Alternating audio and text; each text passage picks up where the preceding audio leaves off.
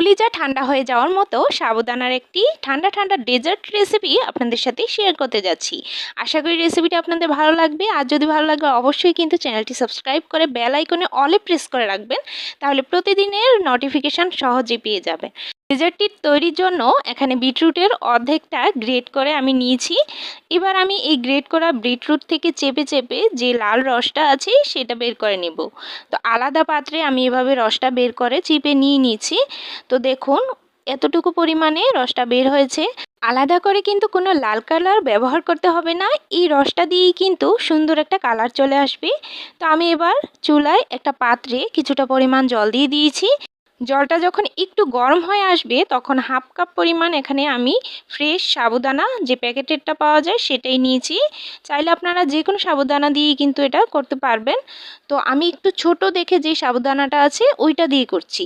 তো এভাবে কিছুক্ষণ জাল করার পর যখন সাবুদানার কালারটা জলের মতো একটা কালার চলে আসবে তখন বুঝবেন যে সাবুদানাটা একদম ভালোভাবে হয়ে গেছে।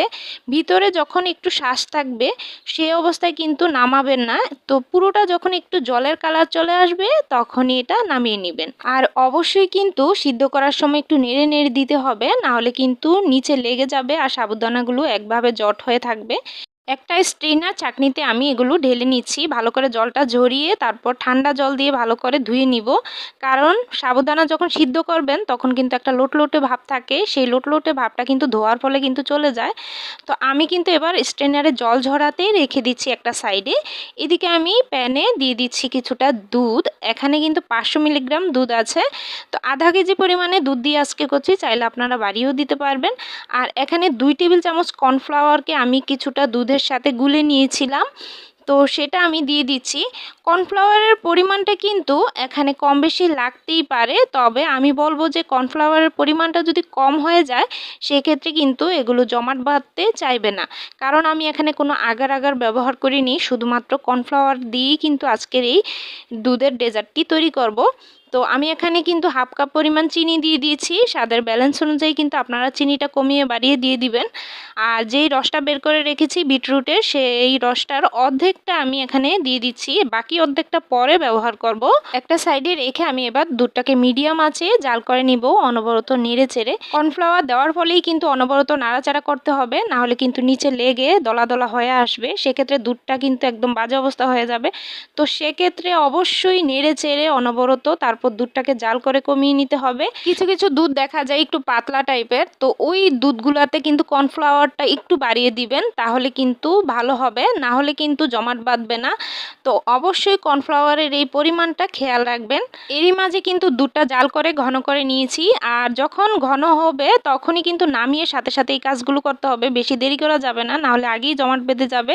তো যে পাত্রে আমি বসাবো সেই পাত্রে সাবুদানার সাথে বাকি যে অর্ধেক বিটরুটের রসটা ছিল সেটা কিন্তু ভালো করে মিক্স করে কালার করে নিয়েছি। আর সাথে সাথেই কিন্তু দুধের সেই মিশ্রণটা দিয়ে ভালো করে সাবুদানার সাথে নেড়ে চেড়ে মিক্স করে নিতে হবে। যখন ভালো করে মিক্স করা হয়ে যাবে তখন এই যে বিটরুটের কালারটা সেটা পুরোটা চলে আসবে। বিটরুটের রসটা যেমন সুন্দর একটা কালার এনে দিয়েছি, তেমনি কিন্তু স্বাস্থ্যের জন্য অনেক অনেক উপকার। তো এটা দিয়ে কিন্তু করার চেষ্টা করবেন, কোনো আলাদা করে কালার ব্যবহার করা লাগবে না। তো আমি এটা ফ্রিজে 2 ঘন্টার মতো রেখে দিয়েছিলাম ভালো করে সেট হওয়ার জন্য। তো আমি তারপর 2 ঘন্টা পর নামিয়ে নিচ্ছি। এবার সাইডগুলো একটু ছাড়িয়ে দিচ্ছি যাতে মোল্ড আউট করা খুব সহজ হয়। আমি এখানে একটি কাচের পাত্রে এই ডেজার্টটি সেট করেছি, চাইলে আপনারা যে কোনো পাত্রেই করতে পারেন, সেটা আপনাদের পছন্দ অনুযায়ী। এবার আমি এটা মোল্ড আউট করার জন্য উপরে একটা প্লেট দিয়ে দিচ্ছি, তারপর মোল্ড আউট করে নিচ্ছি।